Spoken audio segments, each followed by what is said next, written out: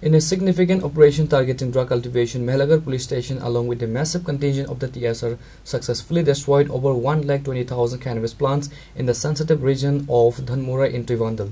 The raid was conducted on Wednesday in the Kwaikhet area, catching ganja cultivators off guard who were likely anticipating a lucrative harvest in mid-January.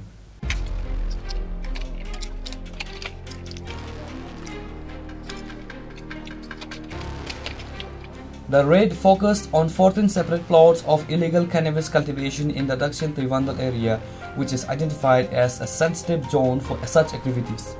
Speaking in an exclusive interview, officer in charge of Mehlagarh police station Jayanta Das confirmed the destruction of approximately 1,20,000 ganja plants. The OC noted that the successful operation has dealt a severe blow to the cultivators who were expecting to earn lakhs of rupees from the harvest. আজকে আমাদের মেলাগড় পিএসের আন্ডারে তুইবান্দাল outpost আছে। ওই আউটপোস্টের অধীনে আপনার দক্ষিণ তুইবান্দালের ধনমুড়া এরিয়াতে আমরা 14টা প্লটে প্রায় 1,20,000 মানে প্রিমেচিউর গাঁজা গাছ আমরা ধ্বংস করেছি। এই অভিযানে ছিল আমাদের মেলাগড় পিএসের অফিসার্স তাছাড়া তুইবান্দাল আউটপোস্টের ওসি এবং অফিসার্স আউটপোস্টের সঙ্গে ছিল আমাদের 5 battalion TSR, 7 battalion TSR, 9 battalion TSR এবং 14 ব্যাটালিয়ন টিএসআর।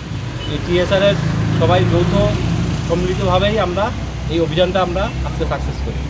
স্যার, আগামী দিনে এই অভিযান কি? এই ধরনের অভিযান আমাদের আগামী দিনেও চলবে। যখনই আমরা খবর পাবো আমাদের পিএস এলাকায় কোথায় এই ধরনের গাঁজা বাগান আছে, আমরা সাথে সাথে সেগুলো ধ্বংসের জন্য আমরা প্রস্তুত থাকবো।